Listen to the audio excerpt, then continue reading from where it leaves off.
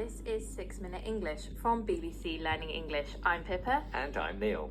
Now, Neil, have you ever wanted to be a musician? Oh, yes, Pippa. I still want to be a musician. I've been playing my guitar since I was 14. Wow, well, maybe one day you'll manage it. You manage it. Who knows? What about you? I don't think I'd like to be a musician. I think it would be a bit stressful, especially if you had a bit stressful. Especially if you have a lot of fans and were really successful. I wonder what life as a musician is actually we'll like. We'll be finding that out in this program.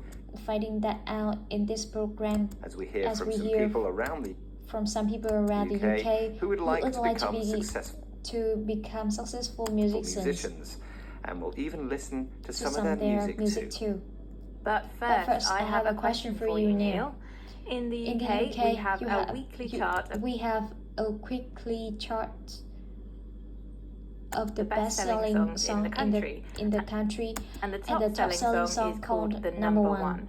But which musical artist do you think has had the most UK number one songs? Is it A, the Beatles, B, Ed Sheeran, or C, Elvis Presley?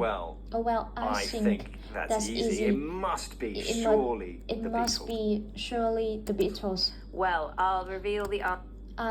I will reveal the answer at the end of the program.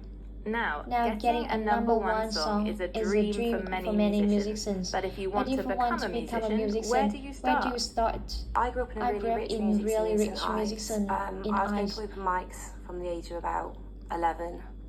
This is Bailey. She lives in St Ives in Cornwall on the southwest coast. Cornwall on the southwest coast of England.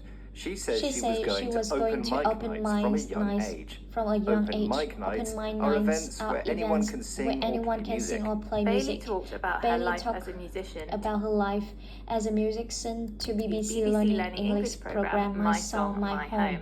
I would go to these songwriters' circles at the Kettle and Wink on like a Friday night after school, where I'd be like the youngest person by like 50 years. I'd be like the youngest person, I'd sit in a circle with a bunch of old men and they'd play James Taylor and Carole King and the Eagles and lots of 70s music, and I guess that's influenced me massively.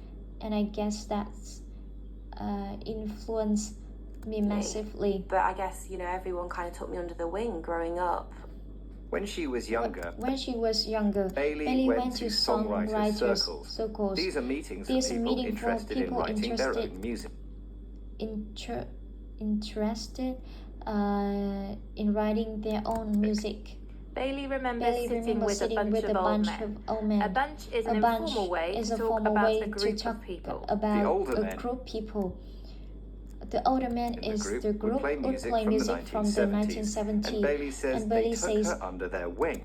They took her under their wing. If you take somebody under your wing, you decide to protect them or guide them. Let's meet another musician, Josh. So I learned my first proper song on guitar when I was about 13. I literally started busking the moment I could Josh lives in London and is a busker.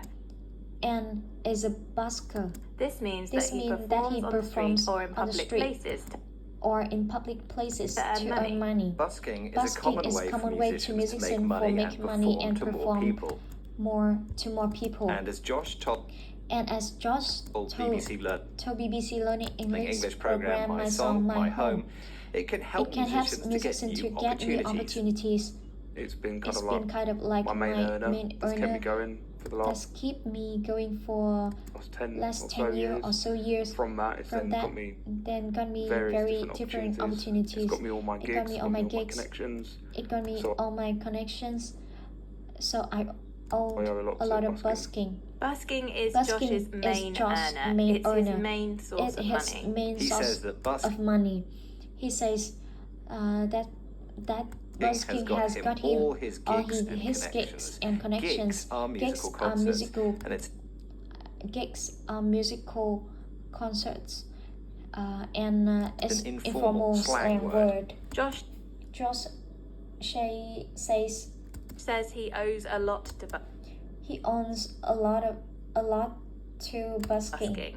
If you owe a lot to someone, if you owe a lot to someone or something, you have success or happiness because of that person or thing.